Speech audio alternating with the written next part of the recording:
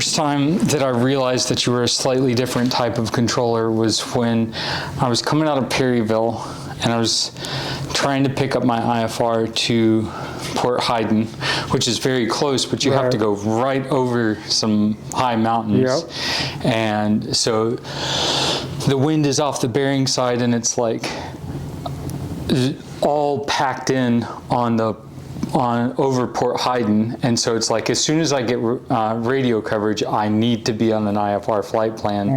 And I was so I'm popping up, and I was like, center 992 Alpha Kilo, and you were like, 992 Alpha Kilo, cleared direct rate cock, climb and maintain 7,000, cleared for the RNAV 6 into Port Hayden. And I was like, thank you, and you were like, anytime. It just made the whole thing way like that's a really stressful situation when given the environment and the limits of the technology there, and you made that whole situation a lot easier, and you're kind of known for that. Turns out that way, yeah. So you're known as Larry Anytime. How did that come about?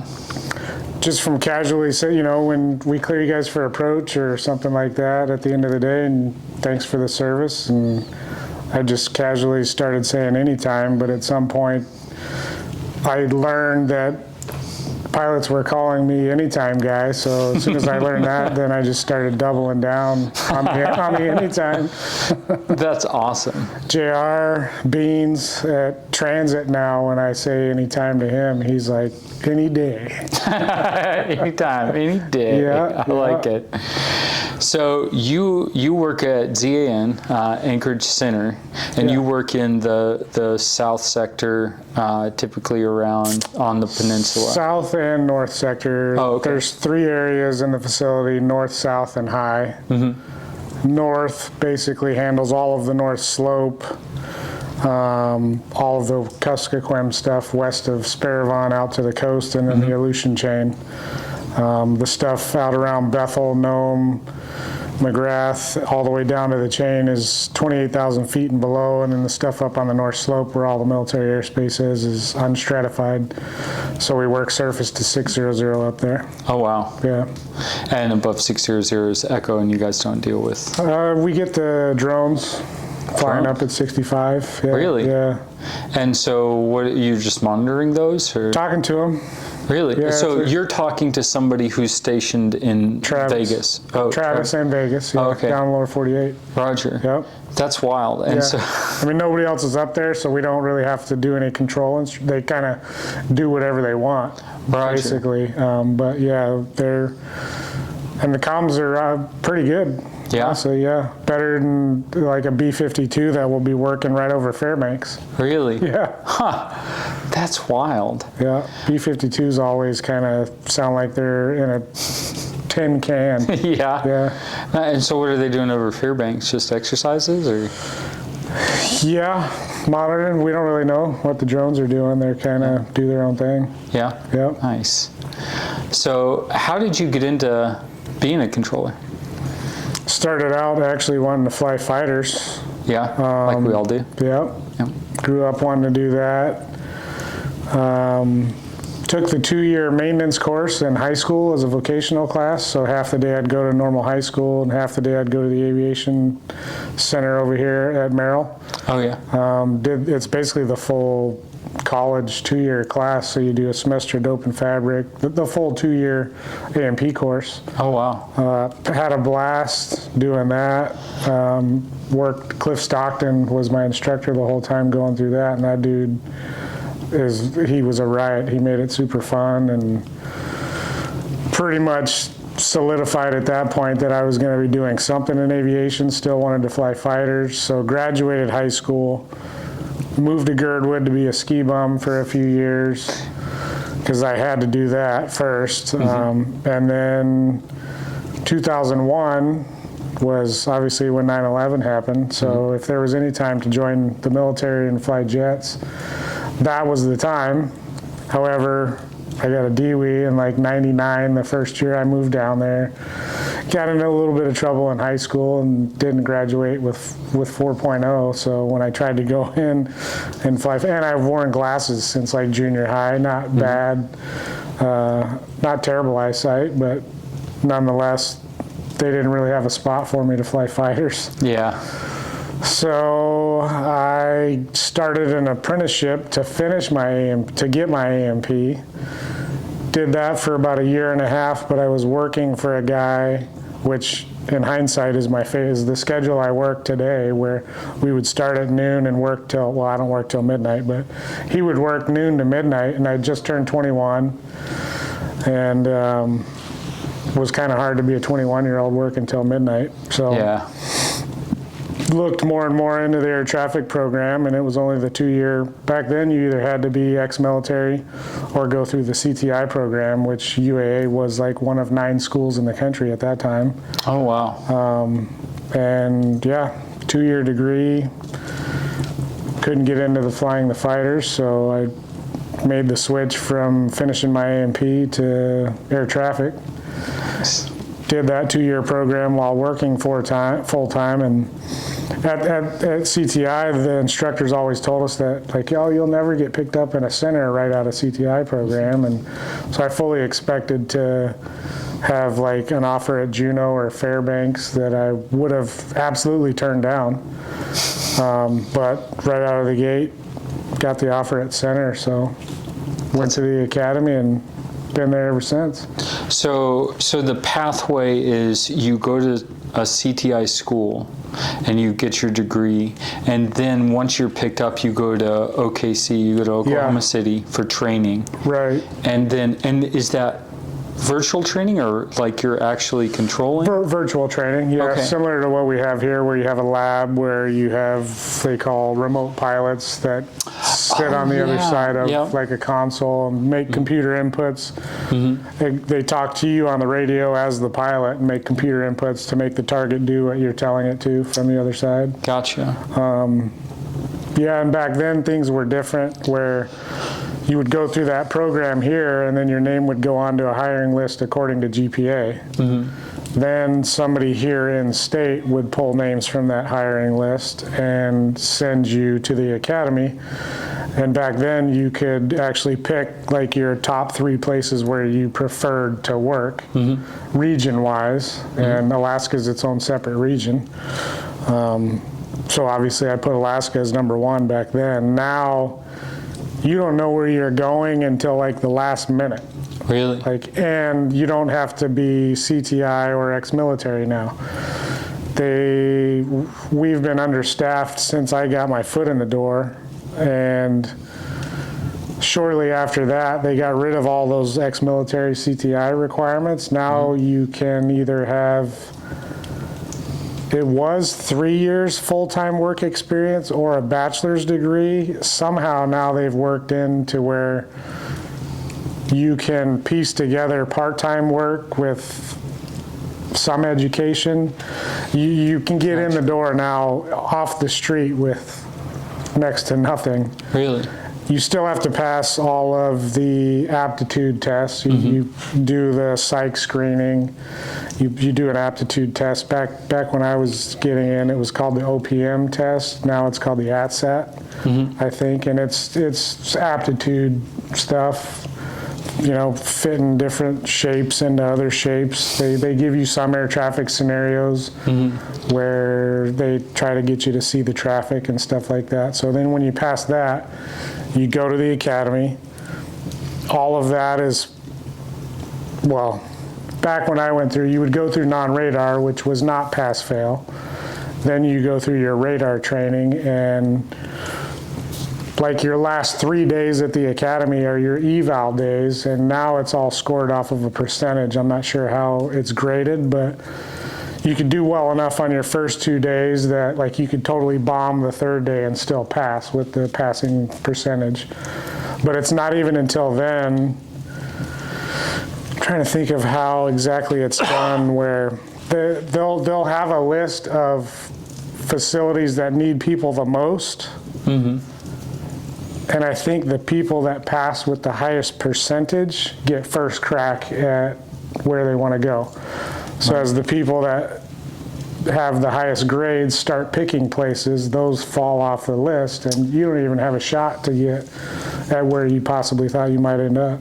So I've heard a little bit about this because of places like Merrill, where I've been flying out of. There's such a huge need. They've actually shortened the hours to 9 to, I don't know when they close at night, but it's earlier. So a lot of times when I'm leaving in the morning, I'm leaving on CTAF instead of under control. Yep.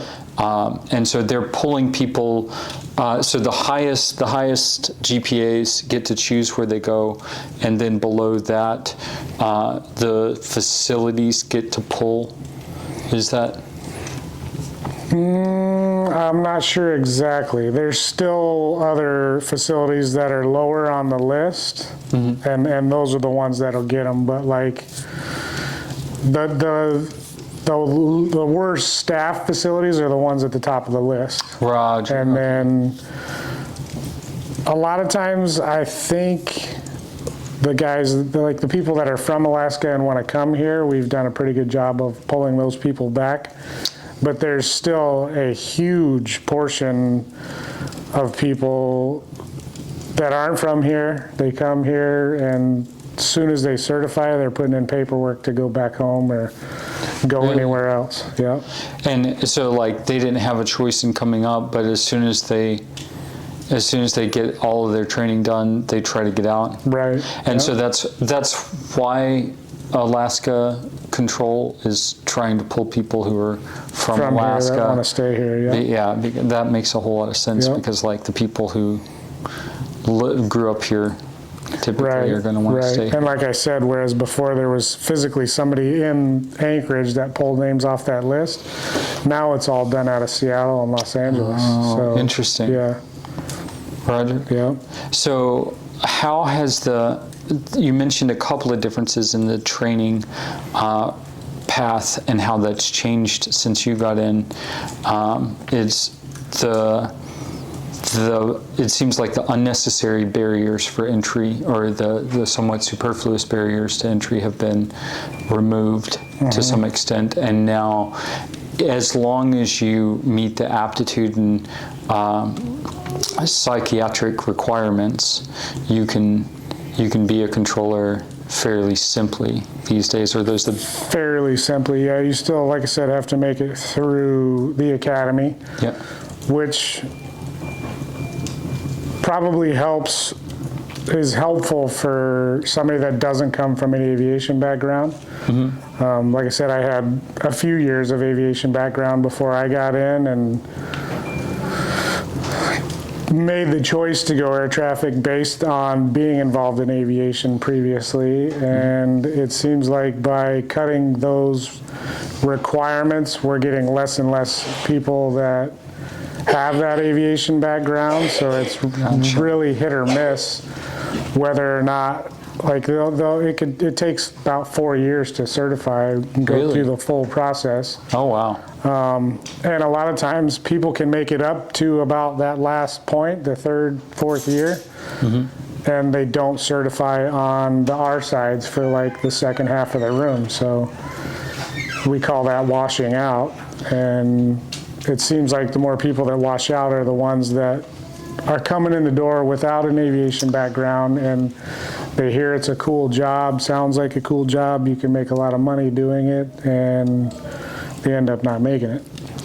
I see the same pattern in pilots, people who,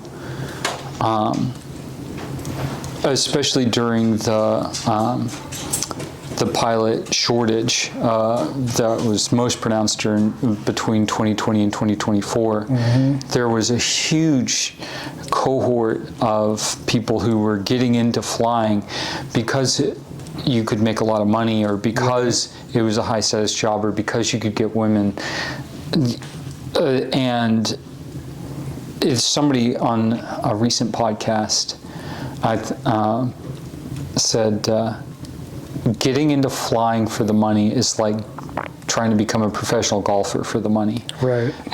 And that's like the best comparison I've heard. It's like, yeah, like a couple people make a ton of money being golfers, and a few senior FedEx captains make a tremendous amount of money, but it's a slog, like to get through all of it. And if you're not just inherently passionate about aviation, then at some point you're going to realize that you can make $100,000 plumbing way easier. You can be a skilled tradesman. You can be, any of a number of different.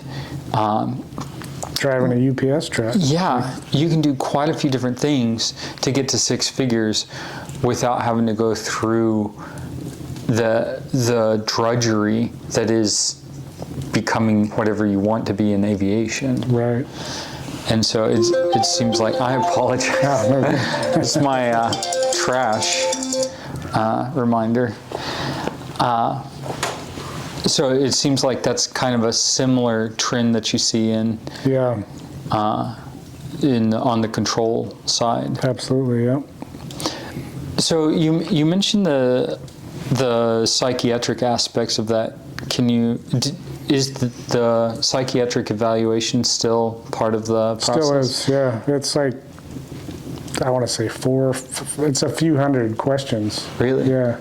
So I've heard that pilots have one of the lowest suicide rates across careers, and controllers have one of the highest. Is that true?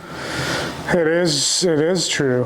And in fact, I don't think I know anybody outside of work that have committed suicide, but there's probably half a dozen people that have since I've been there.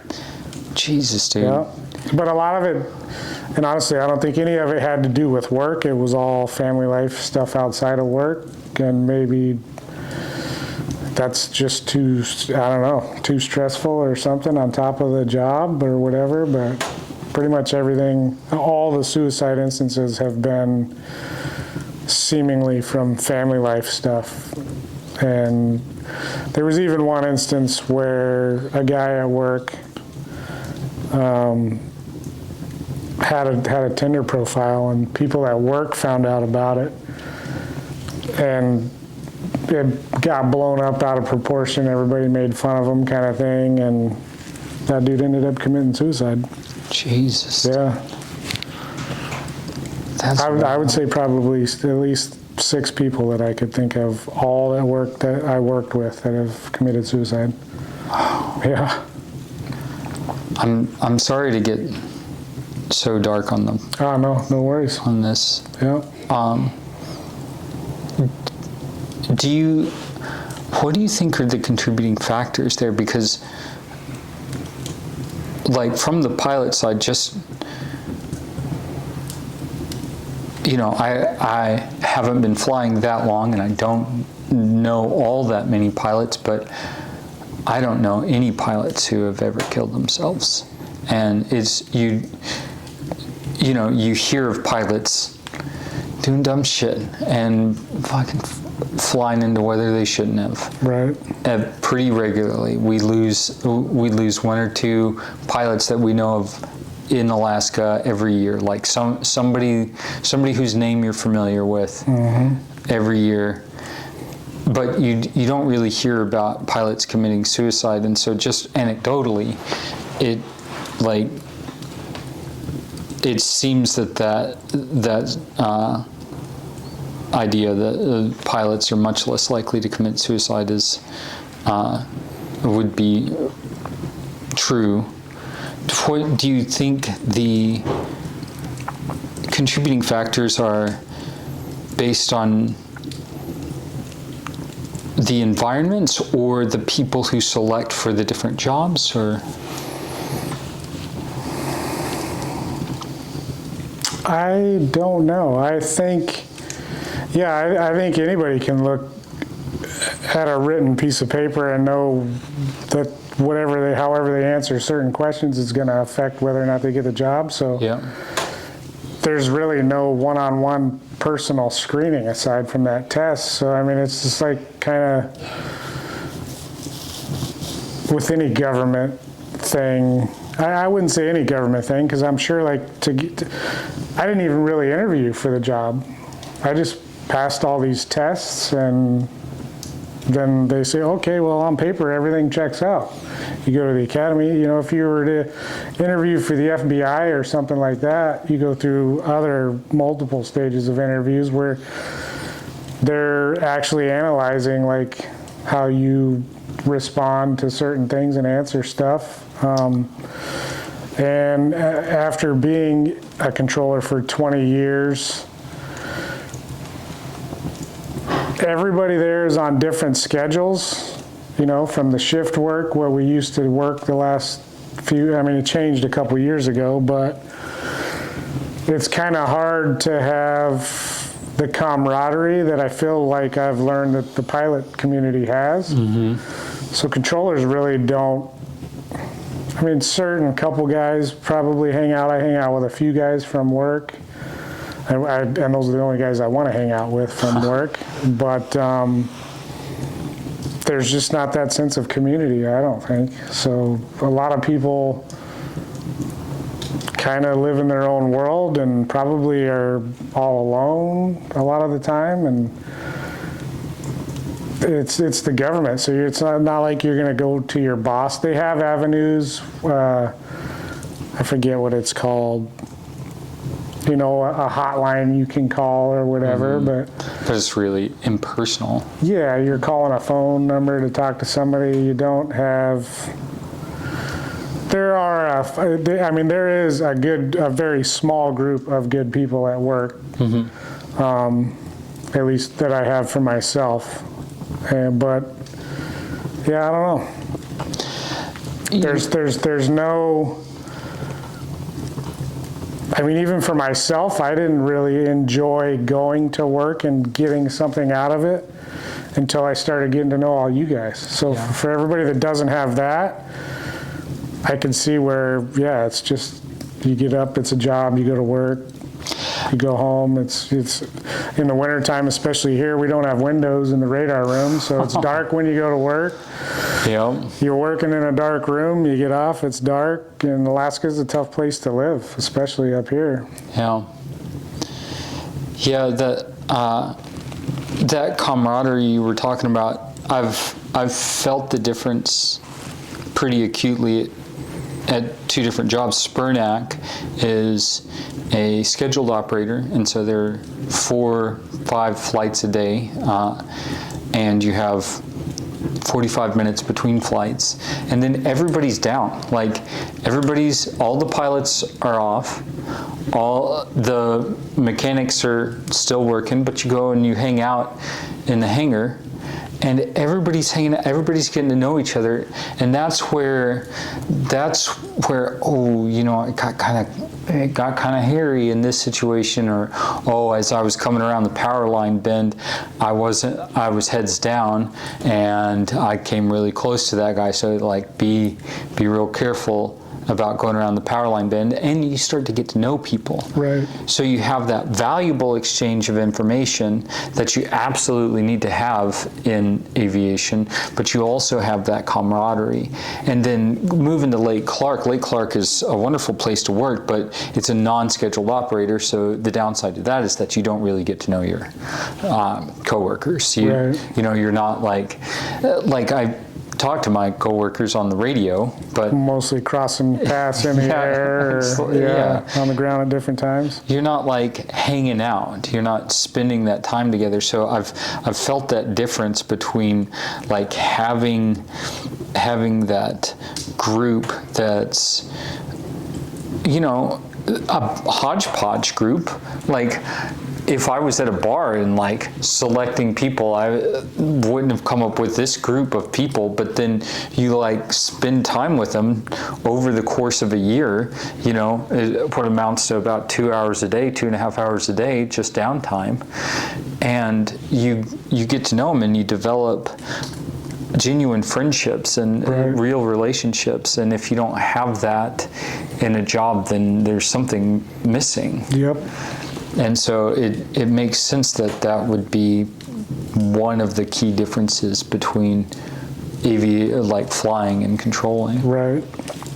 And I mean, and we have, like we have a set amount of people to each crew. So like generally there's 3 people to a crew throughout the year, and we'll work nearly the same shift with those 3 people throughout the year. And we all get along, but I've just never really felt like anybody I work with kind of have the same lifestyle or interests. I mean, there's a couple of guys that I ski and snowboard with at work. There's a couple of guys that flew a little bit back in the day. But yeah, it's just everybody seems, because the whole goal for the government is to get the most diverse workforce they can possibly have. That's why they want you to check. And when I got hired, I checked Hispanic, 'cause I knew, oh yeah, minority, yeah, get them in here, and that's the goal for the government. But by doing that, you have the most diverse workforce, so nobody's into kind of the same stuff. And it seems like the majority of what a lot of people are into there is playing video games. Yeah. Well, so that's interesting you mentioned it. Hasn't there been a real push by the FAA lately to hire gamers? Yeah. So do you think that push makes sense? Do you think that there's a correlation between controlling and video games? For that kind of coordination, I would say, for those, I mean, you're looking at a screen, you have to think 3-dimensionally, which that can definitely relate a lot. But I saw a post by a controller, I'm not sure where they work, just a couple of days ago, and it was a very long, involved post that talked about how we need so much more than just people that are good at video games because of the consequences and the seriousness of it. And a lot of, I don't know, I feel like a lot of the guys that I do know that go play video games every break, they're pretty decent controllers. Yeah. So it's like it'd be perhaps equivalent to the stick and rudder skills for a pilot, but there's a lot more that goes into it than just the raw skill. Right. And one thing that's perhaps not talked about enough is something that you almost uniquely bring, which is that personality, and people feel a lot more comfortable when they're on with the controller that they know. Right. They know the controller knows them. They know the controller. There's, when it's personal. Yeah. And that's how it should be. Yeah, because it's not just a data block up there flying. The FAA doesn't get that. Do you think that there's some way to approach that? And it's in the process right now. Oh yeah. How so? Because apparently I'm on their radar now. Yeah, I've heard this. Yeah, and I just spoke with the supervisor that I was working with tonight, and he confirmed, like, they're still talking about it. They want me to give you paperwork. Yeah, you're on their radar in like not a positive way. Just being too friendly. Which is so. To like continue with this line of thinking, we need to add a little more context here. You, like, as a pilot, you kind of understand that your tail number is going to be remembered if you do something that's dumb enough. And so, like, you really try not to do anything that's memorable enough so that the next time you're So they're not giving you a phone number to call. Yeah, well, not just that, but like you also don't want to be the guy who is reading back the entire clearance and advisories, and on the first float plane Saturday of the summer, like you don't want to be on, holding down that button for 2.5 minutes. You don't want to be get an immediate departure clearance and then do your run up. Or pull out onto the runway, which is worse, and then wait 10 seconds. You want to like be forgettable, basically. But it seems to me like with controllers, it's almost impossible not to be forgettable. Like if you're not actively trying, you can just blend in, and especially as a white guy, there are a lot of white male controllers I hear, and there aren't that many voices that I remember, and so for anything to be personal, and there has to be something that's pretty significantly different, and that friendliness, that you reaching out and learning our names and learning who's flying what and staying on top of where we're going, which takes no small amount of skill, but brings that personal touch in, and then it reduces the workload pretty substantially on the other side, on our side. And so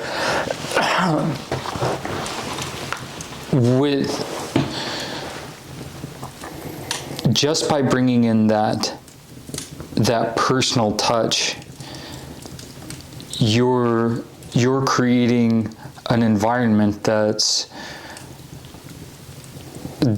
much safer in practice, because you have this pilot who's just a little bit less stressed, and so he's making the right choices.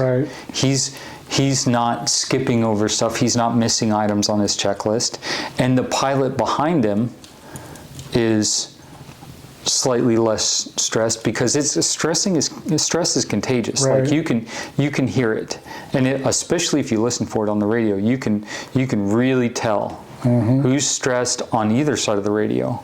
And so as soon as you hear one person get stressed, then it catches, and it goes domino effect. Yeah, exactly.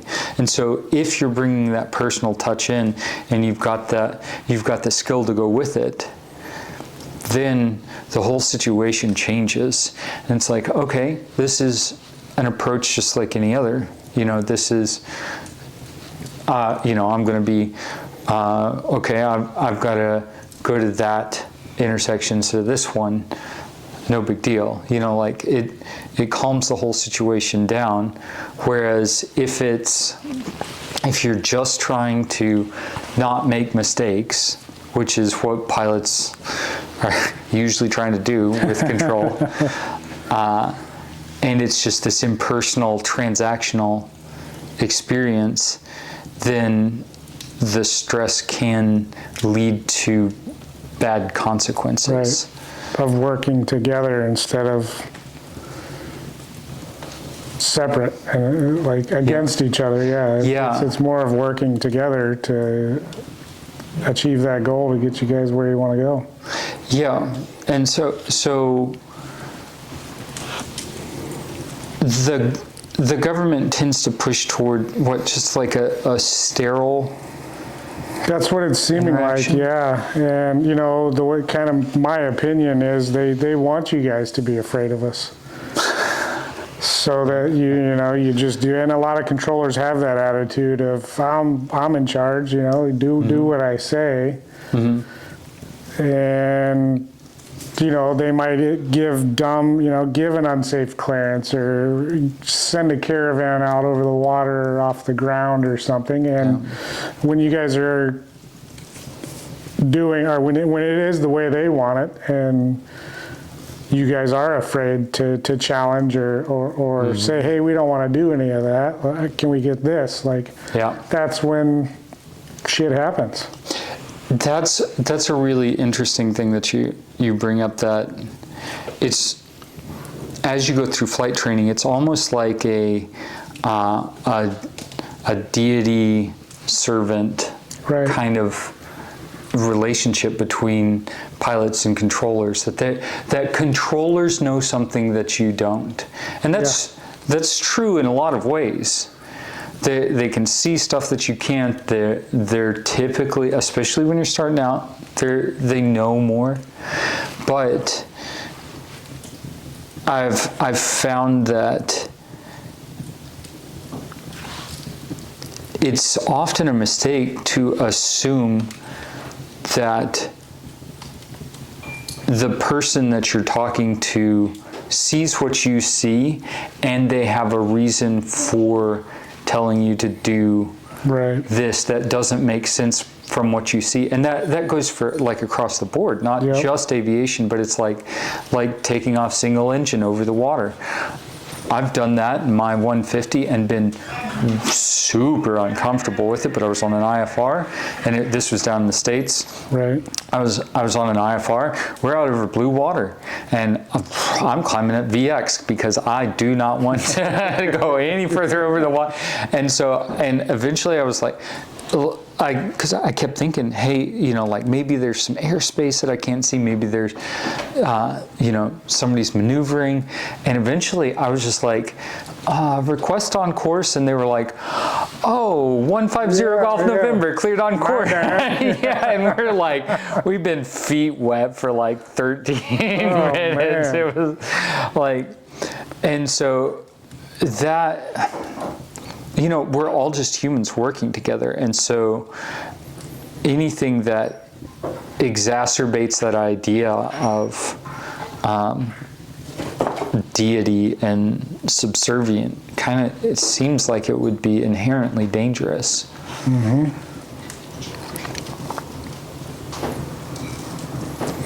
Have you seen that play out in ways that were less than ideal?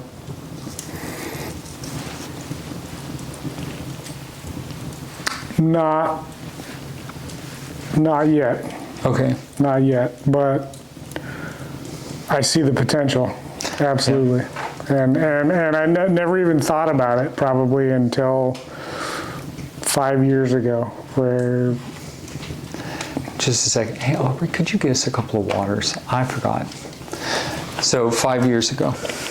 Yeah, just from getting more and more involved in the pilot community and noticing what I had been working for all this time, who I had been working for, and seeing things play out where, we've had a few tragic accidents from the guys that I've worked with, and... Just set them right here. Thank you. Thank you, babe. And now you have people that have been the controller sitting in that position and issued the wrong instruction, cost lives. Jeez. And now they're managers. Yeah. Now they're my boss. Yeah.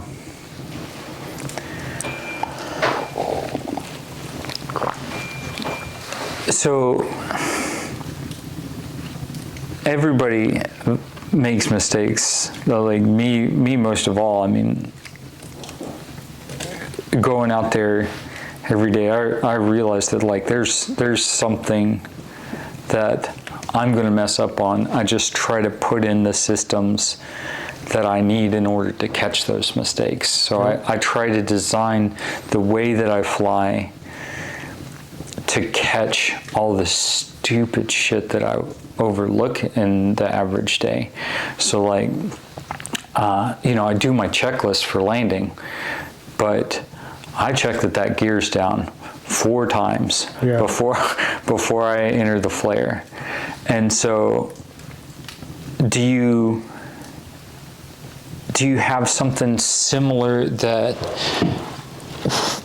systems in place on the ATC side that catch those errors, those human errors that are just inherent to any system like this? With the amount of airspace that we work and as random as the traffic spikes can be, it all comes down kind of to just your scan of doing your traffic search,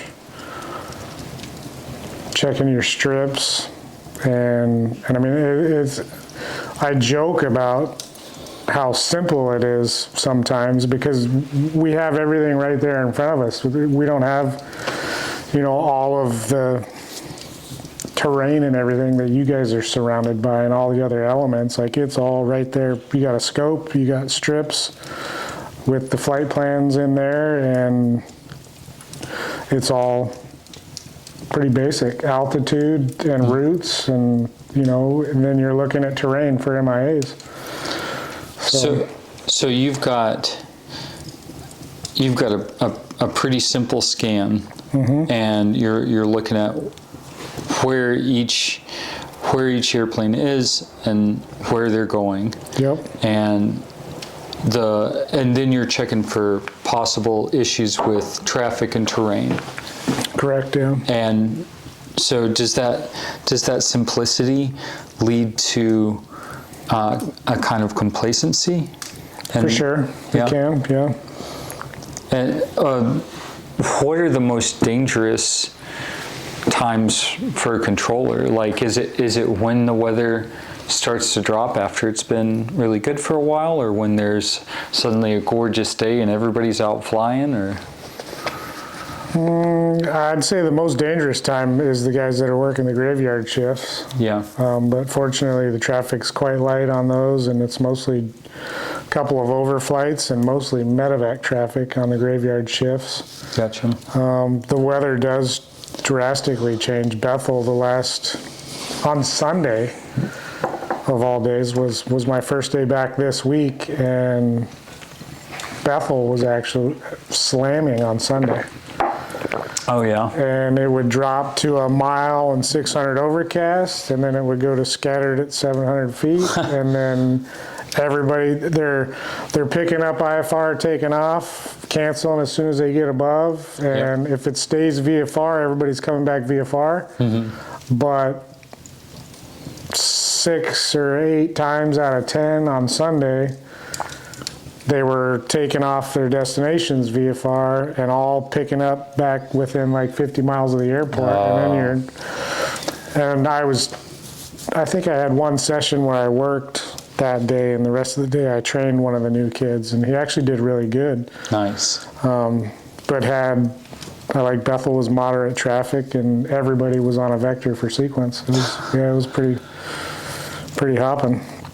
So the vectors, vectors are something that we've talked about here on the podcast before. It's something that whenever shit hits the fan and I need a second, I don't ask for a hold because that's a lot of work for a pilot. Right. But I ask for delay vectors. Yep.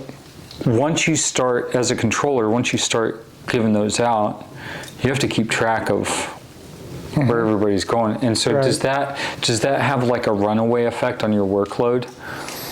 It can. Yeah. Yeah, especially at places like Nome, where if you leave some of the guys coming from Wales into Nome, on 10 degrees right, in 30 minutes, they're going to be 30 miles over water. Yep. So places like that, Kotzebue, definitely. Bethel, not so much. Everything's so flat out there. Yeah.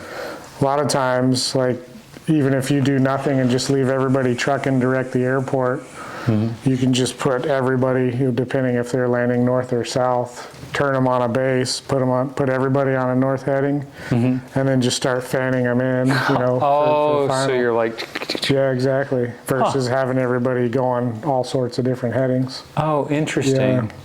Wow. I hadn't really thought of that. We just got a GBT at Kodiak as of last fall, maybe November, December.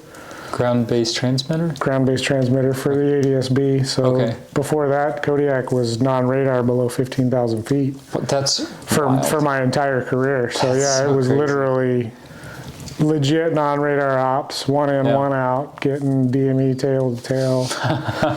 We technically are no longer allowed to use visual separation in the non-radar environment.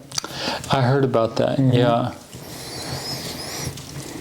Yep. So the primarily the largest area of non-radar is Sandpoint right now. Still Sandpoint. Yep. Yep. That was the only place I had to get an IFR today. Yep. I was like, sorry, guys. I heard, I was on the other side of the room and I heard a little bit about that was going on. So Ace had missed or something? And was Yeah, Ace came in 3-2, which was downwind. I don't know why they did it. And they reported that it looked like a bowl of milk. Yeah. And so the controller relayed that to me word for word, and I was cracking up. I called it back in, Roger, bowl of milk, 3-2. I'll take the 1-4 Yankee.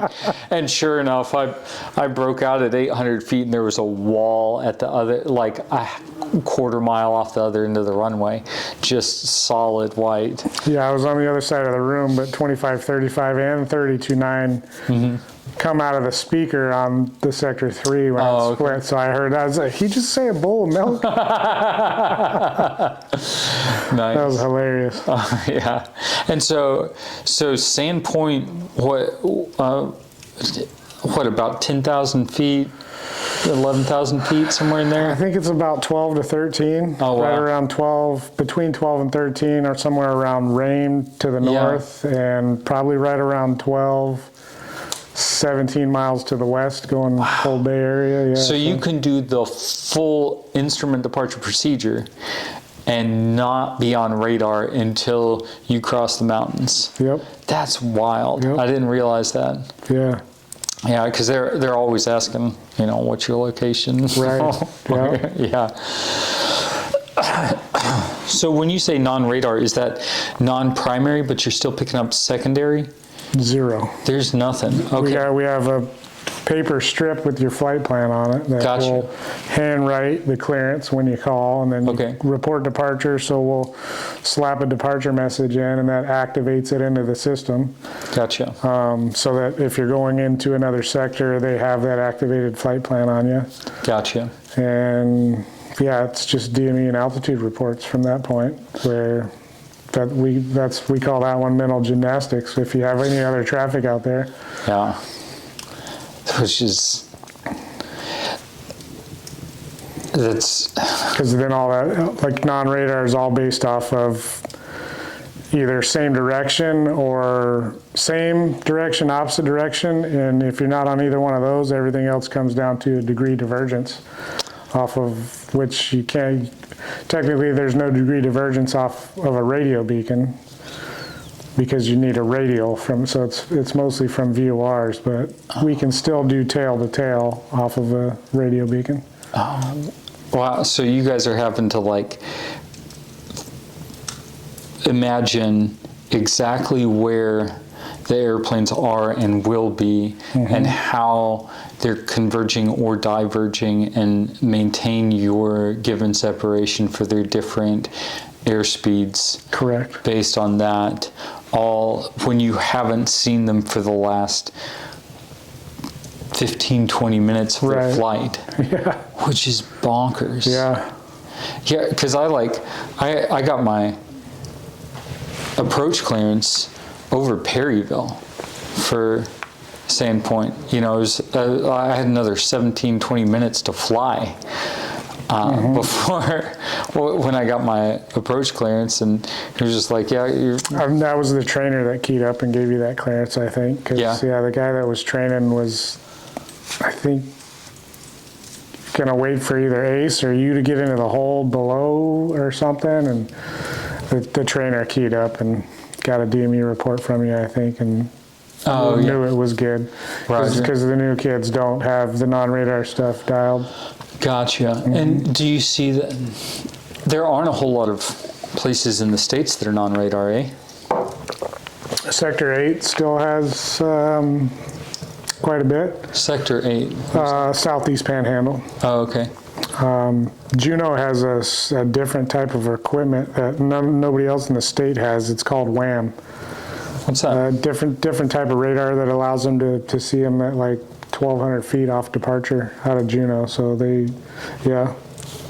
Oh, wow. And Yeah. so that's primary radar with ADS-B, or? I think it's separate from the radar and ADS-B. I think Really? the WAM is something totally separate, yeah. Oh, that's kind of creepy. Yeah. Huh. Because before they got that, I think it was non-radar below 8 or 10, something like that Yeah. down in Juneau. That's wild. Yeah, ADS-B is really, that's been awesome. Yeah. Yeah. Helps you guys sequence tighter.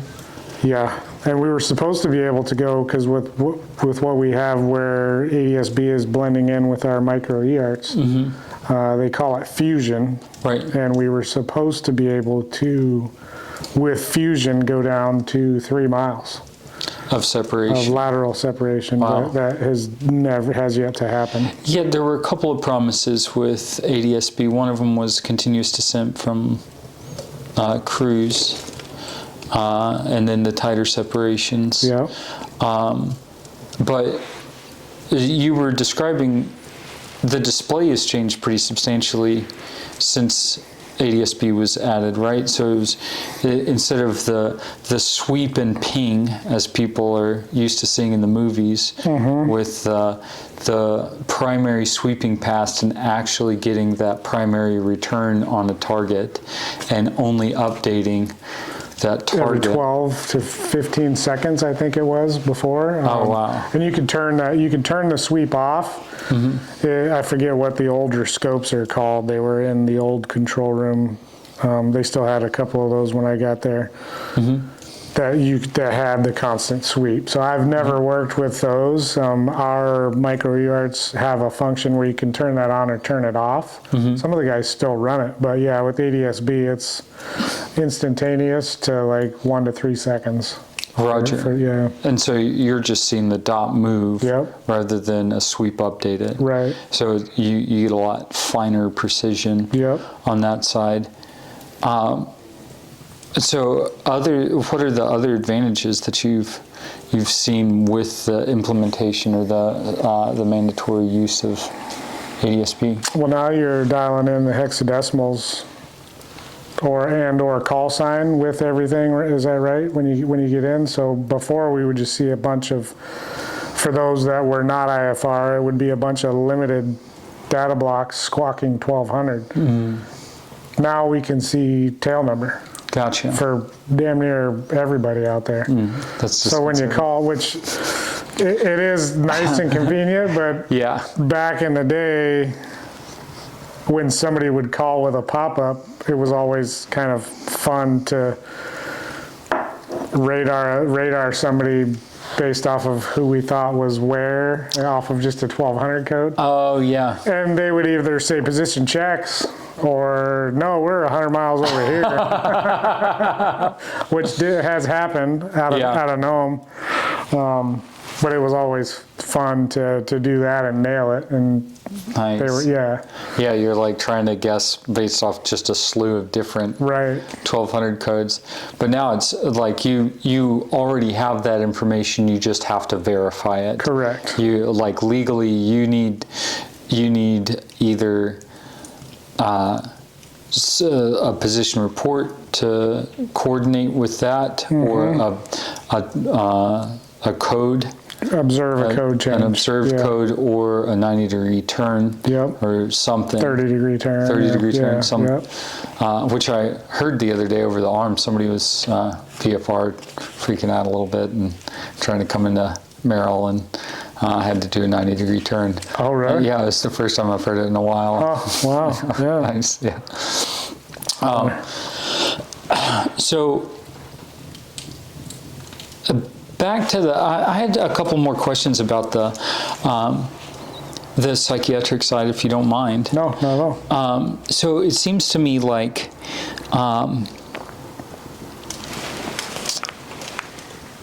So there's one of the big handicaps or hiccups with going to single pilot 121 has been the problem of shared fate with a remote SIC. So that the proposition to ease into full AI automation was that you have like an AI SIC that's observed, and then you could ease that in steps to where you have an AI or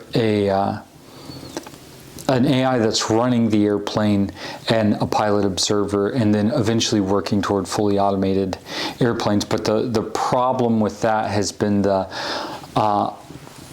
ostensibly moral hiccup of shared fate, which is the idea that a pilot who is in the burning airplane as well will fight harder to save his life than a remote pilot who is trying to save. Yeah, exactly. Yeah. So he's going to work hard, but like a pilot who's in the airplane is like, what he's going to do everything. Yeah. There's nothing to do except to save that. Yeah. And so it seems to me like there's some sort of purpose that comes with that shared fate that pilots have, that gives them like a broader life purpose. And I could be off a little here, so I want to know your thoughts, but it seems to me like that would be something that controllers just don't have. They don't have access to any sort of a shared fate with what's going on in the airplane. And so that when pilots get the job done, you feel accomplished. But when controllers are done at the end of the day, it seems like it might be a completely different experience, and that accruing over the course of several years seems like it could lead to completely different psychiatric outcomes. Absolutely. And do you think I'm spot on? Yeah. Yeah. Have you seen that? How do you see the people who are successful controllers deal with that, and whatever else I'm missing, and what else am I missing from that?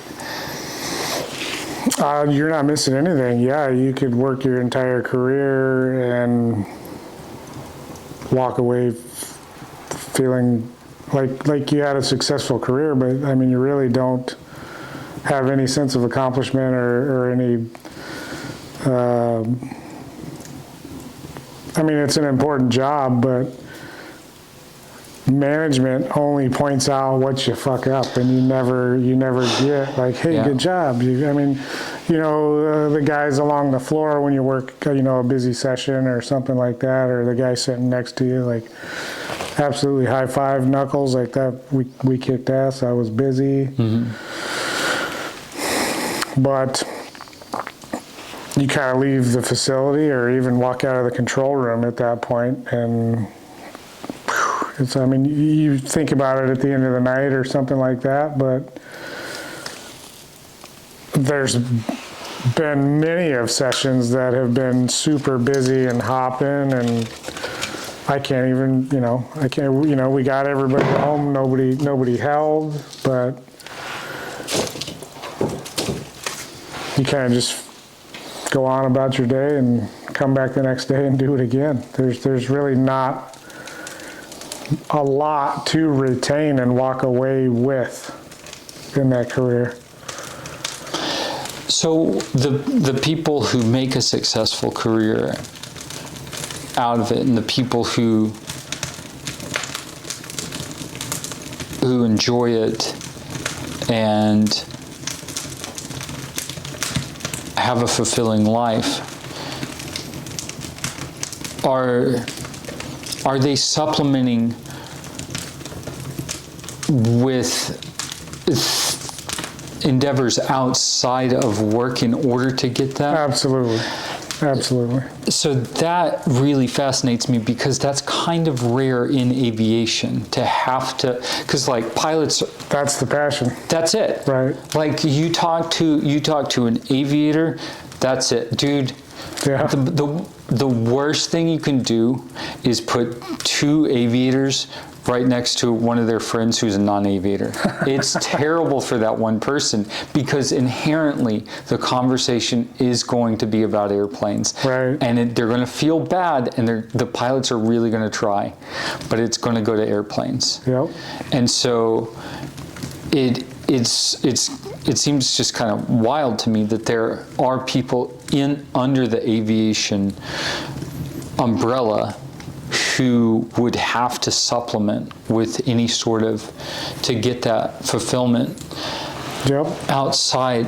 And so do you think controllers, broadly speaking, understand that going in, or they have to find that out for themselves?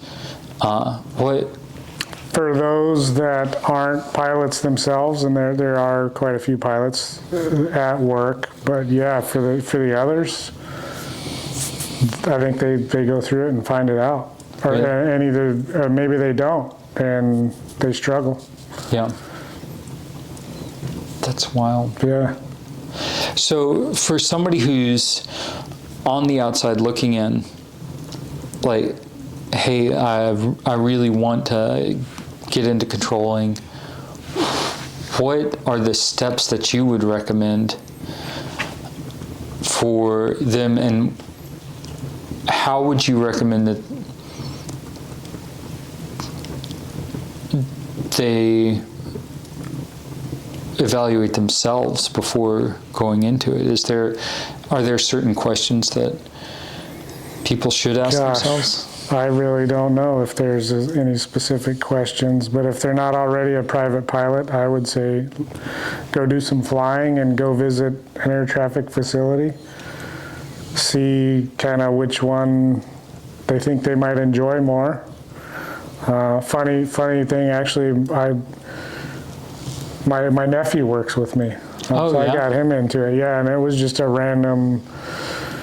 Back when he was a teenager or something, at one point, I think he was talking about doing something when he got older, and I was like, did you ever think about controlling or something? So he's like, no, let me go check it out. Brought him in on a tour, and yeah, he's probably almost 10 years in now. So he's in the high area, so when I'm at work and we got to do coordination, sometime I'll call the 60s for a point out or something, and it's my nephew working over there. And he didn't really grow up anything. He grew up a hockey player, born and raised up here, grew up a hockey player, played a lot of video games. Didn't really ski until I kind of took him under my wing when he was little, so I've taken him out camping, fishing, skiing, stuff like that. We probably live total different lifestyle now, but he loves it. Yeah. Yeah. And he's based here in town as well? Based here in town, yeah. And so all of the controllers, all of the center controllers and high controllers for Alaska are here in Anchorage? Yep. Yeah. Yep. And so for him, was it a similar path to get into? It was still CTI program at that point. Okay. Yep. And CTI stands for what? I don't know. College Training Initiative. Oh, okay. It's just a college that the FAA recognized their program as being good enough to send graduates from that to the academy. Roger. Yep. And so those colleges and programs still exist. They're just not required. Correct. Roger. Yeah, and a lot of kids are still going through that program. Can't remember who turned. Oh, it was my dentist. Just recently was like, hey, I got a friend of mine that just graduated CTI. I think he's going to the academy. He really wants to come back up to Anchorage.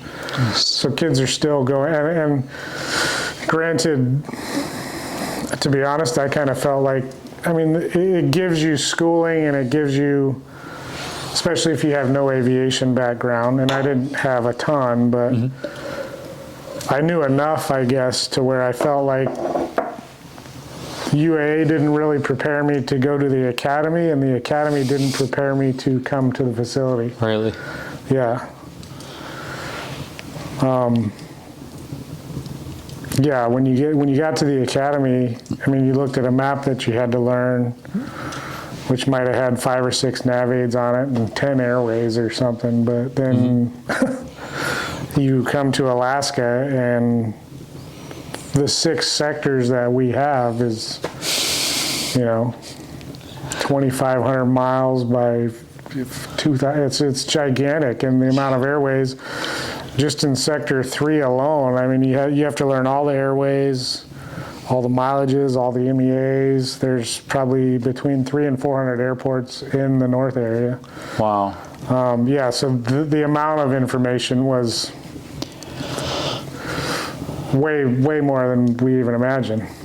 That's why, and that's all rote memorization for the most part. Like there's you get a blank map and you have to fill all of that in for each. So you do individual sectors for the testing, but yeah. At least on the pilot side, we can use story to remember all of that, because we can during this phase of flight, here are the 3 airspeeds that are relevant, and here's the weight that's relevant here, and here's what's relevant here. And so it's not just like, you don't just have to memorize a block of numbers. Some people still do, but you can turn it into a story, whereas I don't even leave the IFR chart up. I mean, that's just a lot of numbers, dude. Yeah. It's like, can I just get direct? Exactly. And that's what's funny is not everybody's direct these days. Yeah. But they still make them learn all the airways and everything, and it helps. Yeah. They didn't really, my trainers made me learn all the radials of all the airways, because when you had to give a non-radar clearance off of the ground before all the GBTs were in effect, you didn't have to, we have a function on the computer where you can click a button, slew an enter on an airport, and then pick a direction, and it'll give you that heading. If you needed to off-course climb somebody or something. Roger. But if you knew the radials of all the airways, reference the runway directions, then you didn't have to go do that. You could just pick a heading. So you could just, it made the whole process of giving the clearance more fluid. Exactly. Roger. Yeah. And that's something like a diverse vector area, right? Where you're giving a vector inside of a certain parameter of vectors that you can give, and it gets them out and away enough for you to then get the rest of it. Give somebody an approach on coming in. Right. Yeah. And so is that type of vectoring largely discretionary? It's just as long as it gets them to diverge from the approach and missed course. Yep. You can just get them up and out of the way. And exactly. You got for arrival and departure rules, you got that 3 and 5 minute rule where if they're departing the same runway the guy is landing, you can give them a heading that is not within 45 degrees of the reciprocal of that heading. Roger. And you can do 5 minutes if they're departing opposite direction runway of the arrival. Oh, gotcha. And same thing, you have to be diverging by 45 degrees or more from the reciprocal of the missed approach course, of the missed approach course, yeah. Roger. So from a controller's perspective, what are the things that pilots miss or don't understand regularly that would help things go smoother? Nothing. Honestly, seriously, I have not had. The only trouble I've seen, to be honest, is in the summer during fish haul when somebody from Texas or wherever flies their private jets up to King Salmon, Dillingham, stuff like that. Or a guy that I mean, this was probably, I think it was last summer, a guy flew an approach into Dutch, didn't cancel, but broke off of the RNAV 1-3 to land in the back door for 3-1 and didn't cancel. And when he landed, we questioned him. Oh yeah, it was VFR, you know. And of course, they brashered him to call the desk, and the soup had a conversation with him. And he was like, "Oh yeah, no, well I went VFR at this point here. That's when I broke off and headed over there." And he was just like, "Well, yeah, you need to cancel to do that because there's no circling." No. At Dutch Harbor. No. Dude, that's wild. Just out there making his own tracks. And it wasn't great weather. No. But yeah, I've honestly not had any memorable instance where I've had issues with anything that the pilots do. Really? Yeah. That's surprising as a pilot who very routinely says something that's stupid. But see, sitting next to the people that I work with every single day, I catch that. So, well, we're all human. Right. So, if somebody wanted to get into controlling, what are the first steps, and what do you have a piece of advice for somebody starting out? You need that work experience, first of all. You have work experience or a bachelor's degree in basket weaving. Yeah. So the work experience is usually from the military side? No, just period. Oh, just working. Just work. Oh, interesting. Yeah. Huh. Gotcha. And part-time, we have a kid that just got hired. Granted, his dad's one of the big managers there, but he has never had a full-time job, so he's probably pieced together part-time work with some education. But I don't know, yeah, I would say you would need to definitely like aviation. Like, I can't imagine not being involved in aviation prior to getting into air traffic. And I mean, at the same time, that's totally my nephew, and he loves it. But I guess it's just different for me because I always wanted to be in aviation. I had a little bit of a background, and to now have been there for 20 years and get to do some flying with you guys, it's like come full circle. And I kind of kick myself in the ass for not sticking with flying at this point, but now I got the golden handcuffs on. Yeah. So, yeah. Well, when are you buying your own plane? It's still on the list. Hell yeah. Yeah. Larry, thanks so much for coming on. My pleasure, man. Thanks for having me. Anytime. Anytime.